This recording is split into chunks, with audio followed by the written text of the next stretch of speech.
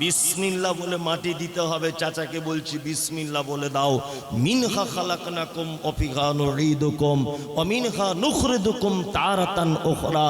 এটা তো সহিহ হাদিস থেকে আল্লাহ রাসূলের কোনো রওয়ায়াত এরকম পাওয়া যায় না।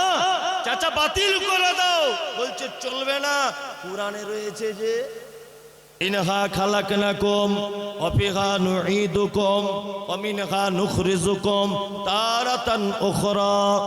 আমি বললাম চাচা দোয়া কোথায় পেলে? চাচা দোয়া কোথায় পেলে? তো বলছে তোমাদের যত বড় বড় ফটো, এটা কোরআন মাজিদের আয়াত, এটা বললে অসুবিধা কি আছে? হ্যাঁ, তোমাদের ফতোয়া দেওয়ার জায়গা পাও না। আমি বললাম চাচা তাহলে এক কাজ করো, রুকুতে গিয়ে কি দোয়া বলে নামাজে? তা বলছে সুবহান রাব্বিয়াল আযীম। তাহলে আজকে ওইটা বাদ দিয়ে কোরআন তো ভালো জিনিস, কুলু হু সূরাটা বলো 3 বার, দেখি তোমার নামাজ কেমন করে হয়। রুকুতে গিয়ে 3 বার কুলু হু সূরাটা বলো, সূরা ইখলাস। সিজদাতে গিয়ে কি বলো চাচা? বলছে সুবহান রাব্বিয়াল আলা। মানে ইন্না আতাইনাটা 3 বার বলো। এই নামাজ হবে? হবে? এটাও তো কোরআন। এটা কি কোরআন? মানে বেশি বুঝলে যা হয়। আমি মাঝে সাঝে একটা গল্প বলি, লোক খুব হাসে, আসলে গল্পের ভিতরে জ্ঞানও আছে। একটা লোকের চোখের সমস্যা, বুঝলেন? কিসের? চোখের সমস্যা। তা লোকটা এখন গেছে কোনো একটা ফার্মেসিতে ডাক্তার দেখাতে। তা ডাক্তার বাবু দেখেছে, দেখার পরে একটা চশমা দিয়ে চোখে। তা লোকটা তো লেখাপড়া জানে না, তা প্রেসক্রিপশনটা নিয়ে কোনো আর একটা চশমার দোকানে গেছে, গিয়ে বলছে ভাই আমাকে একটা চশমা দেন তো। তা ফার্মেসিওয়ালা চশমার দোকানদার বলছে ভাই এই চশমা যেটা আপনার লেখা আছে এটা 50 পাওয়ারের চশমা। তা বলছে ভাই দাম কত? বলছে 50 টাকা।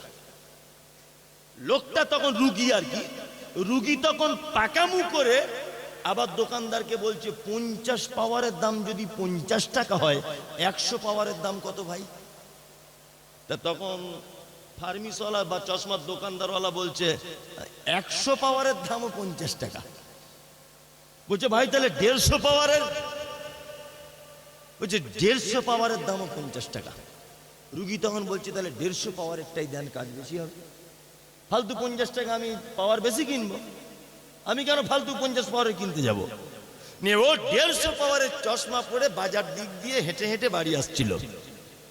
আস্তে আস্তে দেখেছে বাজারে পুঁটি মাছগুলো কাতলা মাছের মতো বড়, সাইজ বড় হয়ে গেছে, বুঝলেন না? সাইজ বড়। ও এখন পুঁটি মাছগুলো কাতলা মাছ ভেবে কিনে নিয়ে চলে এসেছে। আমাদের উত্তর 24 পরগনা পুঁটি মাছ আমাদের ভাষাতে বলে চচ্চড়ি করে রান্না করে। আবার কোথাও বীরভূম বর্ধমানে দেখেছি টক দিয়ে রান্না করে। কেউ সাধারণত পেঁয়াজ আলু টালু দিয়ে একটু আর কি ভালো করে খায়, ঝাল টাল দিয়ে খায় না, খায়। পুঁটি মাছ কেউ যদি বলে দাকা পিস পিস পিস পিস করবো, সম্ভব? সম্ভব নয়। লোকটা ভাত খেতে বসেছে, যখন চশমা খুলে ভাত খেতে বসেছে, তোর বউকে বলছে ওরে সাবিনা ভাত আন। তা ওর বউ পুঁটি মাছ যেমন রান্না করে তেমন রান্না করে বাটিতে করে দিয়েছে। ও খুব টেটিয়া মেজাজের লোক, মানে রাগী লোক। তখন বলছে এই বদমায়েশ মেয়ে ছেলে, আমি যে কাতলা মাছ আনলাম ওটা তোর বাপের বাড়ি পাঠিয়ে দিয়ে পুঁটি মাছ রান্না করেছিস? হারামখোর বদমায়েশ কোথাকারে, আন সে কাতলা মাছ আন। ওর বউ বলছে আমার মরা নারীর কসম করে বলছি না, তুমি এই মাছই এনেছো। বলছে একদম মিথ্যা কথা বলবি না, তোর চামড়া তুলে দেবো, কিন্তু সত্যি কথা বল, মাছ কি করলি? ওর বউ ভালো মেয়ে, বলছে আল্লাহর কসম, মায়ের কসম, নানির কসম, খালার কসম, আর সব কসম এক জায়গা করে দিয়েছে। আল্লাহ ছাড়া কারুর নামে কসম করা বৈধ নয়। জাস্ট গল্প বোঝানোর জন্য বলছি। এখন লোকটা সহ্য করতে না পেরে এক চড় মেরেছে বউটার কপালে। বউটা কাঁদতে কাঁদতে ঘরে ঢুকে গেছে। কি সর্বনাশ, কি সর্বনাশ। তারপরের দিন লোকটা আবার বাজার থেকে একই কেস, পরের দিন আবার মার খেয়েছে বউটা। বউটা মোটামুটি 1.5-2 ঘন্টা ধরে দরজা লাগিয়ে করে কাঁদছে। এখন লোকটা মনে মনে ভাবছে আমার বউ আজকে প্রায় 15 বছর বিয়ে করেছি, জীবনে কোনোদিন কাঁদেনি, ওকে এত ভালোবাসি, ও আজকে কেন এত কান্না কাঁদছে? আর ওকে আমি বা মারলামই কেন? আমি তো নিজেই বুঝতে পারছি না কেন মেরেছি, ওকে মারছেই বা কেন? তখন লোকটা ভাবছে মনে হচ্ছে শালা চশমার কোনো প্রবলেম। এই চশমা পরেই মনে হচ্ছে ভুল বোঝাবুঝি কিছু একটা হচ্ছে। লোকটা আবার ওই চশমা নিয়ে যে ডাক্তার দেখিয়েছিল ওই ডাক্তারের কাছে গেছে। ডাক্তার বলছে কি হলো ভাই? বলছে ভাই সর্বনাশ, তোমার চশমা পরে তো আমার বউ মার খেয়ে খেয়ে জীবন যাচ্ছে। কি সর্বনাশ করলে ভাই, কি সর্বনাশ করলে? তখন ডাক্তার বলছে দেখি ভাই চশমাটা ডাক্তারবাবু চোখি দিয়ে বা মেশিন দিয়ে দেখে বলছে ভাই আমি তো প্রেসক্রিপশনের সঙ্গে মিলিয়ে বলছে আমি তো ভাই এই চশমা লিখিনি, আমি তো 50 পাওয়ারের লিখেছি। রুগী তখন বলছে কেন 50 পাওয়ারের দামও 50 আর 150 পাওয়ারের দামও 50, ওই জন্য আমি বেশি কাজ হবে বলে 150 পাওয়ারেরটা নিয়েছি, ক্ষতি কি? তখন ডাক্তারবাবু বলছে শোনো, তুমি এই চশমা আর 2 দিন পরে থাকলে তোমার বউ তালাক হয়ে যেত। এ তো 2 দিন সময় মার খেয়েছে আর মোটেই টিকতে পারতো না। কি বলছে বুঝতে পারছেন? তার মানে বোঝা যাচ্ছে যে আপনি যদি চিকিৎসকের উপরে কোনো জিনিস ভালো বুঝতে চান তাহলে রুগী বাঁচবে না। মুহাম্মদ সাল্লাল্লাহু আলাইহি ওয়াসাল্লাম যে জায়গায় যে কথা বলেছেন ওই কথাই বলা লাগবে। আপনি যদি উল্টো করে যদি ধরেন তাহলে সেটা চলবে না। বিসমিল্লাহ বলে মাটি দিতে হবে। চাচাকে বলছি বিসমিল্লাহ বলে দাও। মিনহা খালাকনাকুম ওয়া ফিহা নুঈদুকুম ওয়া মিনহা নুখরিজুকুম তারাতান উখরা। এটা তো সহিহ হাদিস থেকে আল্লাহ রাসূলের কোন রওয়ায়াত এরকম পাওয়া যায় না। চাচা বাতিল করে দাও, বলছে চলবে না। কোরআনে রয়েছে যে বাতিল করা যাবে না। বিনীত অনুরোধ আপনার কাছে, আপনি আমার দ্বীনি ভাই। আল্লাহ তাআলা বলেন লাকাদ কানা লাকুম ফি রাসূলিল্লাহি উসওয়াতুন হাসানাহ। প্রত্যেক মানুষের জীবনের উত্তম আদর্শ কে? মুহাম্মদ সাল্লাল্লাহু আলাইহি ওয়াসাল্লাম। আল্লাহ তো এই কথা বললেন না লাকাদ কানা লাকুম ফি হুজুরিন উসওয়াতুন হাসানাহ?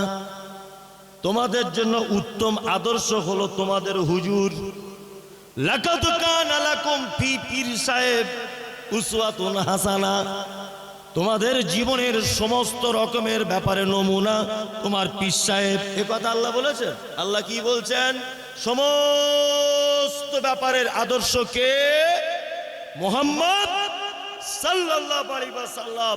ও মুহাম্মদ সাল্লাল্লাহু আলাইহি ওয়াসাল্লামকে বাদ দিয়ে বলছে ফতোয়ায়ে আলমগীরিতে লেখা আছে। গাধার বেটা গাধা, তুমি কোরআন বুঝো? হ্যাঁ, কোরআন বুঝো তুমি? আল্লাহু আকবার। আল্লাহ জাতিকে তুমি হেফাজত করো, বলুন আমিন আমিন।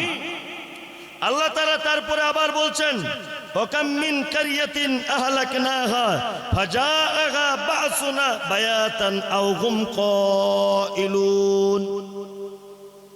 আল্লাহ সুবহানাহু ওয়া তাআলা বলছেন কত জনপদকে আমি ধ্বংস করে দিয়েছি, ফলে আমার শাস্তি তাদের উপর রাত্রিকালে ঘুমন্ত অবস্থায় এবং দুপুর বেলাতে এসেছে।